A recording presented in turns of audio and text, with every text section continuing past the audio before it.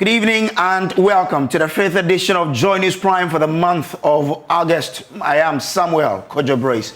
In our headlines, this our former chairperson of the Electoral Commission advises the outfit against using the National Identification Card as a sole requirement for voting in the 2024 elections.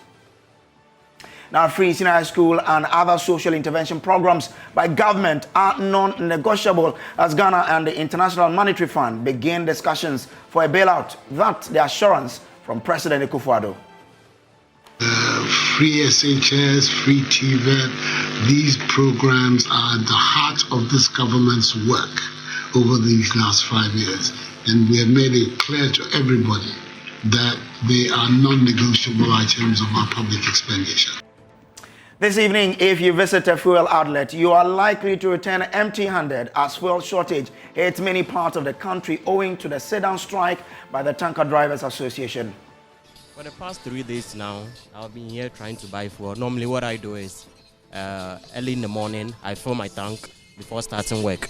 But for the past 3 days, I've been here coming in the morning, in the evening. I don't get some to buy. We have latest on that because the Tanker Drivers Association have called off their strike. But how will that impact availability of fuel at the stations tomorrow and even later today? And also later in the bulletin, if you are concerned about how your cooking utensils and other appliances are strewn in your kitchen, we'll tell you how you can get a custom-made kitchen with a built-in system that can keep all of them out of sight. Designed to suit your taste. Okay. You tell us exactly what you want, and then we go ahead and do, exactly what you want for you. Tell us the type of color, the type of design, the type of finishing. Details as the second clinic of the EcoBank Joy News Habitat Fair starts at the West Hills Mall. Now, Ghana's longest-serving chairperson of the Electoral Commission is warning of dire consequences if the Ghana card is used as sole evidence of identification for the continuous registration exercise. The Electoral Commission, through a proposed public elections regulations 2021, is making it mandatory for prospective voters who apply for registration as a voter to provide as evidence of identification the National Identification Card issued by the National Identification Authority. The former chairperson for the Electoral Commission, Dr. Kojo is advising the EC against using the national card, popularly known as the Ghana card, as a sole requirement for compiling a voter's register and subsequently in the voting process. Let's bring you a set of his concerns. Now, the Ghanaian citizens don't lose their citizenship if they are 18 years or older, but do not have the Ghana card. Again, so the moot question is, why make the Ghana card the only means of identification for purposes of establishing eligibility to register to vote? That's according to the former EC chairperson there. He again says, the electorate are the kingmakers. So as a basic responsibility of any electoral commission is to facilitate the realization of the people's right to register as voters and not to obstruct that right by demanding for registration purposes documents that are not easily accessible to the people. That's him there. Again, he says, one way to dodge this problem is to use a voters register that is not polling station specific on election day. That's what the chairperson, the former chairperson of the EC, is saying there. Now, he again says, until such a time that BVDs are configured to be interactive in this way, my concern, that's his concern, about any of the two registers being used at the polling station on election day is that it opens the door more widely to two kinds of voting infractions, namely multiple voting and ballot stuffing. That's the former chairperson, Dr. Kojo Afarijan, making his point there against the decision by the Electoral Commission to choose to use the Ghana card as the sole source of identification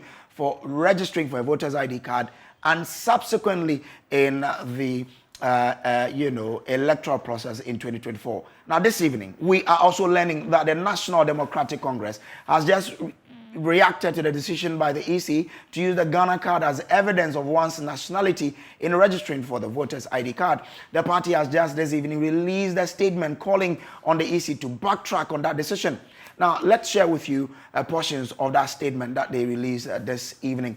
It says, the attention of the National Democratic Congress, NDC, has been drawn to news attributed to officials of the Electoral Commission that the Commission has agreed with political parties and civil society organizations that the Ghana card should be the sole document for the impending limited voter registration exercise. For the avoidance of doubt, the NDC wishes to state unequivocally that it has not been a party to any such consultation or meeting in whatsoever form that resulted in any such decision. The NDC will fully deprive the general public of the implications of the statement made by the Electoral Commission in the coming days on this absurd and unreasonable decision of the EC. In the meantime, the party wishes to use this opportunity to remind the Electoral Commission that under Article 42 of the 1992 Constitution, every Ghanaian of 18 years and above and of sound mind is entitled to register as a voter for the purposes of elections. This right to register and exercise one's franchise is an inalienable right that should not be denied citizens who qualify to exercise same. Again, Article 45E of the Constitution enjoins the Electoral Commission to undertake programs for the expansion of the registration of voters. It is for this reason that the NDC cannot be a party to any decision that seeks to constrict access to electoral roll or disenfranchise qualified citizens from joining the electoral roll. That's the statement the NDC has just released in reaction to that decision from the Electoral Commission. Now, joining us on Zoom for further deliberations on this is Dr. Kwesi Amache-Boateng, who is Senior Lecturer at the Department of History and Political Studies at the Kwame Nkrumah University of Science and Technology. Doc, thank you so much for your time. How can we end this debate of whether or not we should use the Ghana card for the voters register? Thank you for the opportunity, and let me say good evening to your viewers. Actually, the concluding part of the NDC statement is critical. The need for the ECs representing the state to ensure that everybody who has attained the age of 18 gets the opportunity to exercise his franchise is simply something that anybody can challenge. And so, when can we use the Ghana card? Not long ago, the authority came out to let us know the number of people who, in one or another way, do not have their cards yet. And so, we want to believe that we should really engage the National Identification Authority to get their acts right. And let us really get an understanding that it is not necessarily their actions and inactions that are preventing those who still don't have the Ghana cards to get them, because that should be the way forward.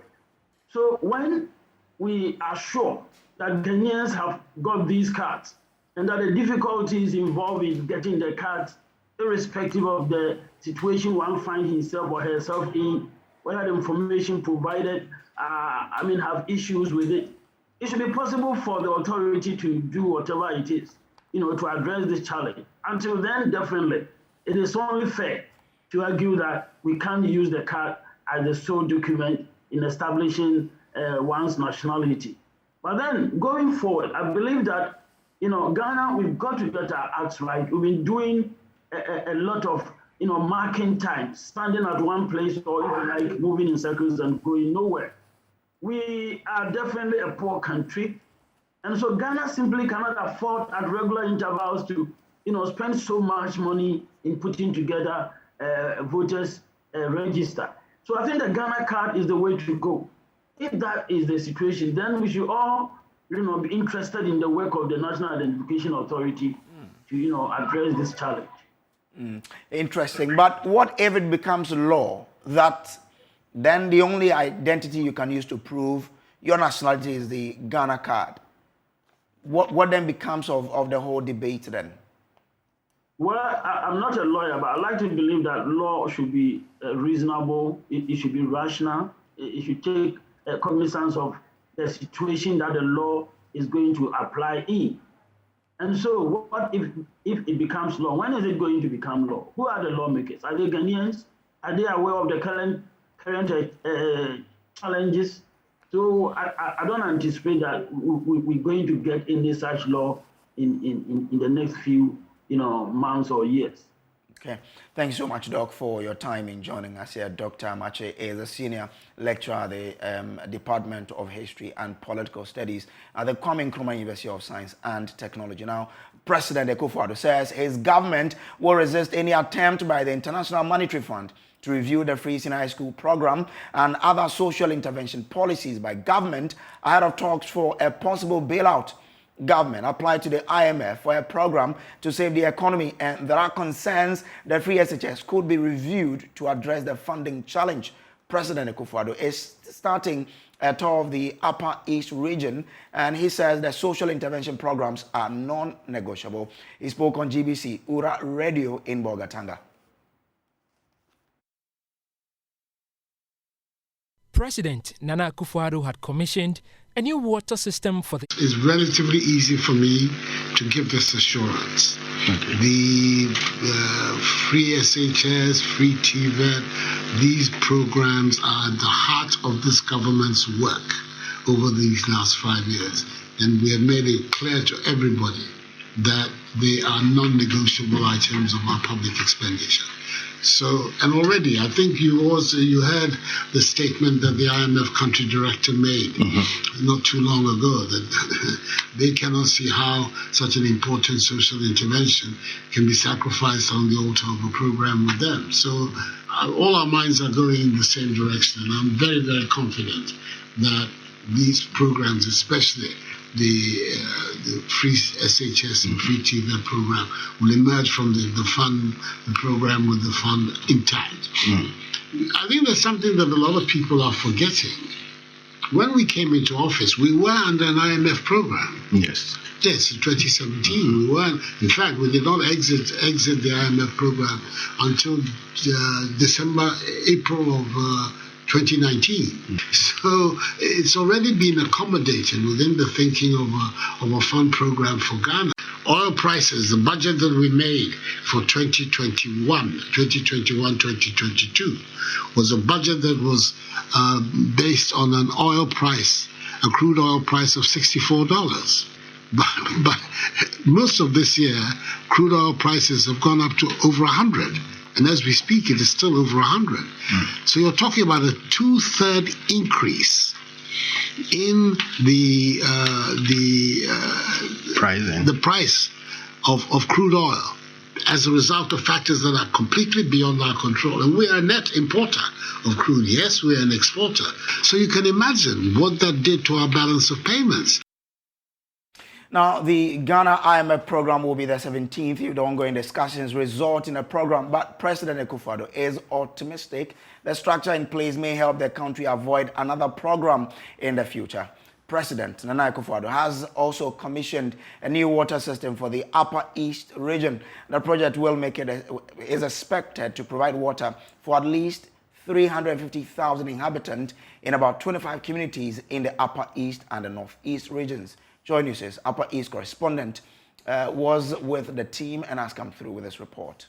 President Nana Akufo-Addo had commissioned a new water system for the Upper East region. The project will make use of the Tono irrigation dam at Navrongo and will provide water for at least 350,000 inhabitants in about 25 communities in the Upper East and Northeast regions.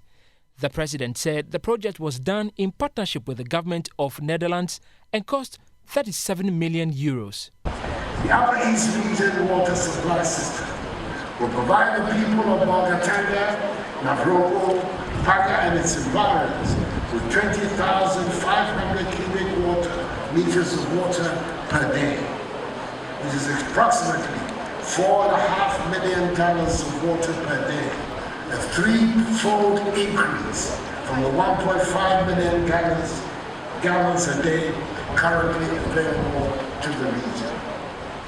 Apart from Bolgatanga, Navrogo and Paka. Communities such as Warungu, Zara, Sobrungu, Kapio, Gabibigo, Wikomo, Pongo, Yoroko, Pongo,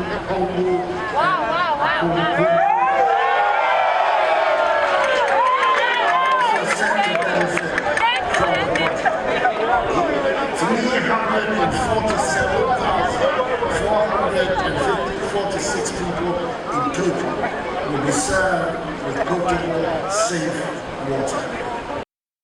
The president called on investors to take advantage of the availability of water resources in the region to establish small and medium-scale enterprises that could create employment.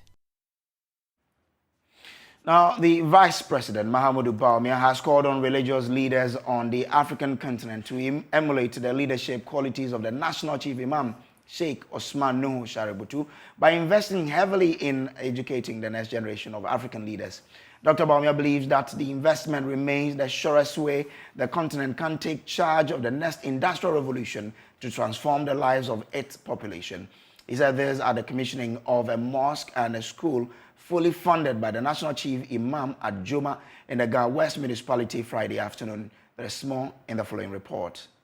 The over 2,000 capacity mosque and Islamic school is just one of many other such philanthropic interventions undertaken by the National Chief Imam.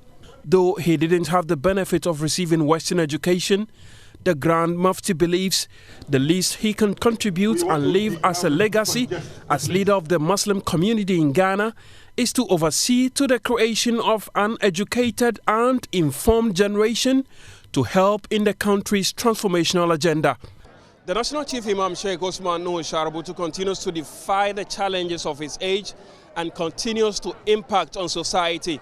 Today, he has commissioned an ultra-modern mosque here at Joma and also an Islamic center for the memorization of the Holy Quran and a secular education, construction of which is ongoing. Speaking at the commissioning, the Grand Mufti called on politicians and leaders across the continent of Africa to invest heavily in education. Knowledge. It constructs and elevates a house. A house that did not have any foundation. For ignorance.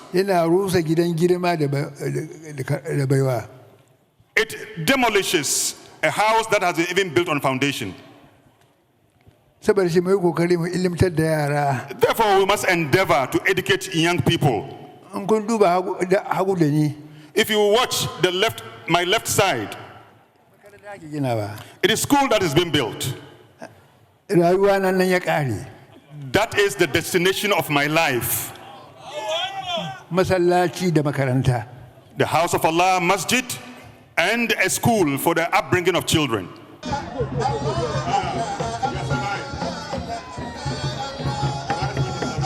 Vice President Mahamudu Bawumia, who was full of praise for the National Chief Imam, rallied other religious leaders and the political class to emulate the exemplary leadership style of the man he calls Father.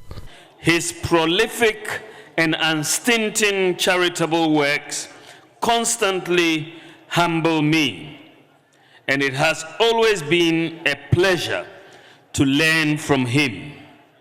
His works, his charitable works, align perfectly with the principles of service to Allah, service to community, and service to country.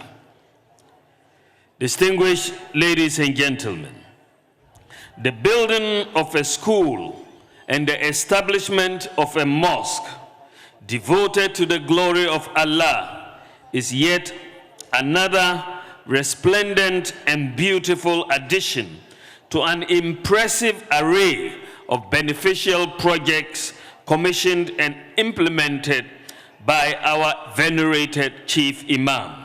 I want to encourage all gathered here to learn from His Eminence, Sheikh Osman Nuhu Shaributu, in doing our possible best to contribute to the development of our nation, Ghana. The Zabarma chief of Greater Accra region, Chief Yahaya Yandu, commended the national chief imam and expressed optimism in the transformation of Ghana. At first we see that anywhere they put mosques. But what Chief Imam has brought now shows that there's a future. Anywhere they put up a mosque, there's what we call school, that is makaranta. That is where there will be scholars to teach you what to do with the mosques. So I think it's a good step, and we all have to take it. This is where we call on the philanthropists to come on board. They should use their money to do certain things, so that we also, doing this, we one time get our own senior high schools. I'm not saying school, but schools. Then when we go there, we can also practice our religion. Apart from the Sheikh Nuhu Sharabutu Islamic Center, the project also comes with the Sharabutu Basic School, which is still under construction. Meanwhile, enrollment for the Islamic Center is underway. Still stay with politics, and the MPP's Ashanti Regional Chairman Bernard Aintribo Siakon, popularly known as Chairman Wontumi, had some tough questions to answer after national leadership of the party invited him over his endorsement of Vice President Dr. Mahmoud Bawumia. According to a statement released by General Secretary Justin Kodua Frimpong, the conduct of Chairman Wontumi breaches the party's code of conduct, and such future actions will attract sanctions. We'll get into the statement shortly and speak to national leadership of the party, but first, listen to what exactly Chairman Wontumi said. He made this statement when Vice President Bawumia was in the constituency earlier this week to commission some road project in the Ashanti region.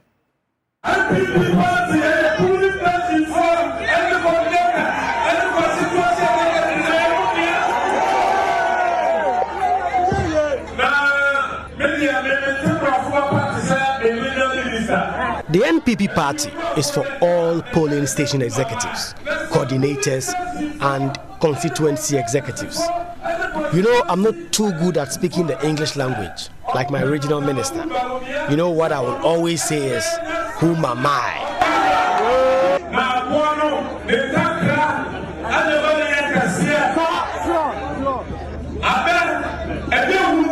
But if they want Dr. Bawumia for president in 2024, then it's the feathers of the hen that makes it big.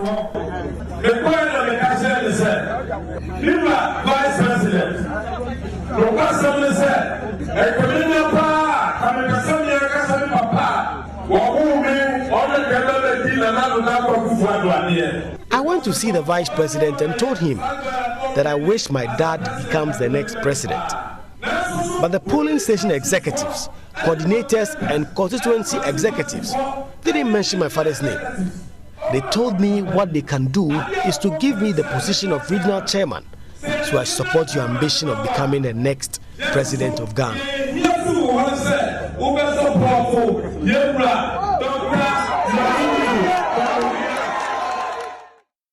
Now, Kweku Asante joins us through Zoom with a copy of the statement. Kweku, tell us more of this particular statement. So, Brace, according to this statement that was authored by the General Secretary of the party, Justin Kodua, this specific conduct of Chairman Wontumi breaches the code of conduct that the party has established for national, constituency, regional leadership of the party. And so he invited Chairman Wontumi to Accra to meet him and caution him against such future occurrence. And so the party says this is a situation they are not taking lightly, that they are going to ensure that in the future, all such conduct by people who are in authority, who should know better, and who should obey this code of conduct of the party and not endorse the presidential candidates ahead of the election would be punished. The party is referencing 2007 when they had a number of people contesting for the flag bearership election, which fractured the front of the party. They are saying that they are very much in tune to not make those same mistakes now. And so in the future, such conduct will attract sanctions. Now, the statement again, like you said, references an earlier circular by former General Secretary John Bodu on this matter. What did it say and what are the sanctions? So the party has now set up a 3-member committee to look into reports of party members who flout this regulation. It is chaired by the lawyer Frank Davis is the chairman of the party's Constitutional and Legal Affairs Committee. It also has Mr. Hackman, who's on the committee, as well as the General Secretary. At the time, it was John Bodu. It is now Justin Kojo. The party says there will be sanctions for persons who continue to do this. The sanctions include possible fines, suspension, expulsion from the party, or disqualification from holding any office or position in the party for a stated period. So the party says this is a serious breach of the code of conduct that they've set for themselves, and in the future, should such conduct happen again, these are the kind of sanctions that will be meted out, including total expulsion from the party. So do we know what's going to happen to Chairman Wontumi as of now?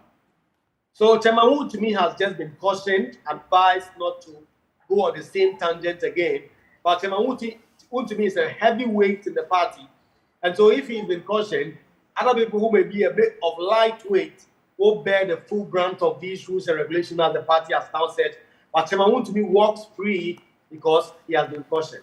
Thank you, Kweku. Now, well, Justin Kojo, at the celebration of the party's 30th anniversary, declared that he will take a tough stance against party officers who endorse aspirants for flag bearership positions. Mr. Chairman, we appeal to all members, executives, loyalists, and sympathizers of the MPP to be guided by the history and what happened to us whenever we are not united.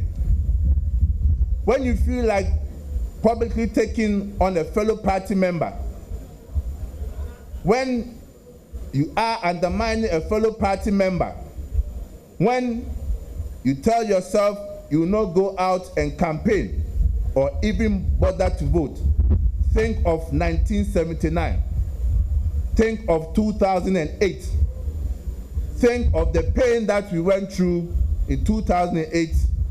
And Mr. Chairman, as the party prepares for its parliamentary and presidential elections in the coming years, as national executives, we pledge to act as impartial referees in the upcoming elections. Again, we also admonish other executives to do so.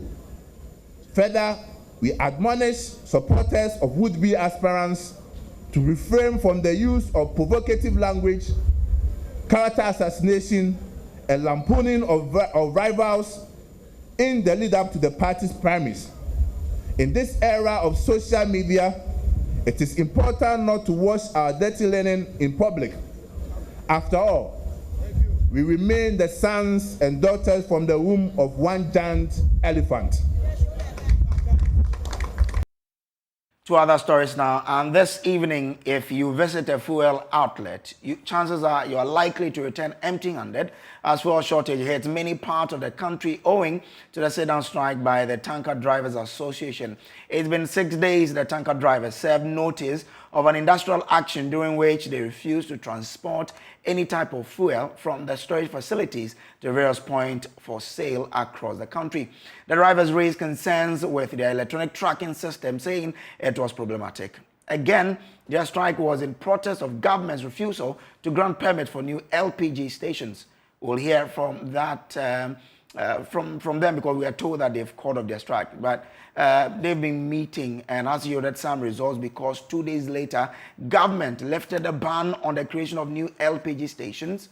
However, the strike by the Tanker Drivers Association was just called off this evening, the effect of which was far-reaching since Thursday. Some of the fuel sale point report that there was shortage of petrol. We spoke to some drivers who had been roaming in search of petrol to buy. What we are understanding is that there's fuel shortage at many of the OMCs and their outlets here. We are currently in Abekan La Paz. This GO station, we are told, has been out of petrol particularly for 2 days now, since Thursday, August. We'll try to speak to some of the drivers. Like this driver here, we are told that they've had to roam unsuccessfully trying to look for good quality oil, fuel. Please, what's your name? My name is Bernard Ampiao. Okay, Bernard. So, How long have you been trying to look for fuel? For the past 3 days now, I've been here trying to buy fuel. Normally what I do is early in the morning, I fill my tank before starting work. But for the past 3 days, I've been here coming in the morning, in the evening. I don't get some to buy. I don't know the reason why. But I heard that maybe these tankers drivers have problem concerning their payments and those things. So I think, and even today I heard that they've called off the strike. But I'm still hoping that they bring us fuel because I normally buy oil. Okay. Yeah. Let me ask you, how disturbing is this for you? Oh, really? It has really been unbearable because you know, if you don't get it here, then it means you have to drive through a whole lot of places before you can get a fuel. I only buy oil. That is it. Yeah. But how many outlets have you been to? Like 6. Yes. And none of them tell you the same thing. They don't have petrol. The same thing. They don't have petrol. Wow. They only have diesel. So at this point, what do you want to be done? Because you need it to also do some work. Yeah, so what I have to do is I have to look out for other fuel stations. The people that they just purchase it from there.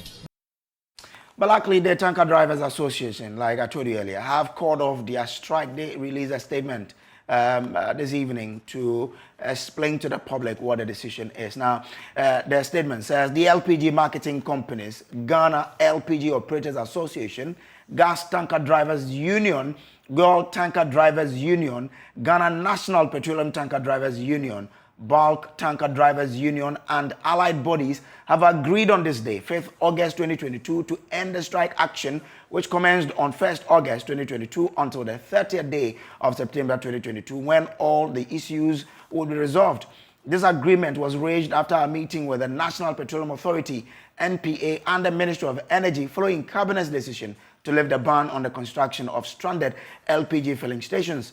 Together with the NPA, we have resolved to take immediate steps to resolve the operational challenges with the electronic cargo tracking system. A meeting is scheduled to take place on Monday, 8th August 2022, between the service provider, NPA, and our associations. We wish to thank the good people of Ghana for their understanding. And that's the details of the statement released this evening. We'll be joined on the phone lines by one of the tanker drivers, Sunday Alabi. Chief, thank you so much for joining us. Now, you've resolved to deal with the tracking system. Did they give you a deadline, or did you give them a deadline at which they have to ensure that all the pertinent issues are, dealt with? Because you're giving a deadline of September 30th. Thank you for your listeners as well, and good evening. Yes, we've given a deadline on September 30th. At first, we gave them 1 month, that is the end of August. But the MPA said there are some issues they need to handle, so we should extend it to 30th September. That's why we agreed to start the meeting on Monday. That's it. So the strike is being suspended for now.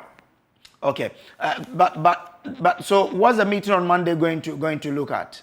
We are going to meet the service providers on the electronic cargo filling to lay out our claims and our proofs, so that they also justify it, and we'll see whether we can still continue to use it or we get other alternatives. Because at first, there's a seal on the truck, which is a volumetric tracker. That one determines the volume of the product. If anybody contaminated it, it proves that it shows that it's been contaminated. If it's been siphoned, it shows. But this electronic seal cargo does not show anything. It doesn't show whether you've tampered with the product or contaminated the product. Okay. It's just electronic seal on it. So once we are not getting fuel to buy, especially petrol, and once you've called off the strike, is there a possibility that your members have already started cutting fuel to the stations across the country? Yes, they've started cutting fuel across the country. Because we have depots at Bupe, Takrady, and Kumasi. And Tema, we have about 9 depots around. So this evening, some of them are on the road going to the stations, and from tomorrow to Monday, things will stabilize. Thank you very much, sir. We are grateful to you. Sunday Alabi is a member of the Tanker Drivers Association. Now, many COVID-19 education campaigns have targeted adults, especially old and most vulnerable people. But a marketing communications company, Mullen Lower, is working to change the state of affairs. It Trade. It launched a brand new cartoon series that aims to help children better appreciate the risk and protocols associated with COVID-19. Joy Prime's Esther has more on the series. Kofi Commando and Squad launched in Accra on Wednesday. COVID-19 has taught us that childhood learning can be enhanced through technological contents. The Malin Law Accra has developed the innovative series Kofi Commando and Squad series, which would serve as a platform through which children will be educated across the country. Managing Director of Malin Law, Mrs. Kojo, stated the team's major focus is on shaping kids' health and social well-being. On this journey also, we engaged severally with children, with various communities, and there was a whole host of topics they wanted understanding on. Therefore, the topics in this series will focus on ideas highlighted by children during these discussions. We will begin with the COVID-19 pandemic, as most children do not have a clear idea of what this virus is, in addition to all the viruses that we're seeing around us and what it means to us. Once we have tackled the conversation on the virus, we will move on to health topics such as good nutrition, personal hygiene, hand washing, as well as fun topics on lifestyle, the environment, culture, and more, to ensure that children are always happy to watch Kofi Commando in the Squad. We encourage all children to be as involved as they can in this project. The depth of topics are so vast and varying. The Kofi Commando concept is here to stay. From digital to energy, to greening, to capture conservation of the environment, talking about climate change, it's all with a local language flavor and nuances that will appeal to every child, irrespective of where you are. Information Minister Kojo Upon Nkrumah, one of the signatories at the launch, hailed the project as a good one. Malin Law Accra has developed this very innovative idea of Kofi Commando and Squad, which will serve as a platform or as a series through which we can do a lot of health-related education for our children. And I think we should give them and the collaborators a very big round of applause for this initiative. This will help us. I've never seen any exam from math paper and don't see your calculator, don't use the calculation. More to the point, if you are seated to write, then you are writing. As the teacher is standing on you, there will be tension on you. And I'm assuring each and everybody that they should let us have peace of mind and write in our exams. If not, it will not be good for us. Hey, the audacity! My ears are defying belief. Who or what is the source of this entitlement? A Boku Technical Institute student vociferously agreed to an interview claiming that people should be permitted to cheat as though they had a right to do so. We are definitely doomed if this is what the country's future holds. What's alarming is that the young girl even displayed the haughtiness to threaten the teachers. Listen to her once more. And I'm assuring each and everybody that they should let us have peace of mind and write in our exams. If not, it will not be good for us. I mean, the more I hear this, the more furious I become. In addition to your parents' financial support, the state is paying for your senior high school education. Your instructors have been teaching you.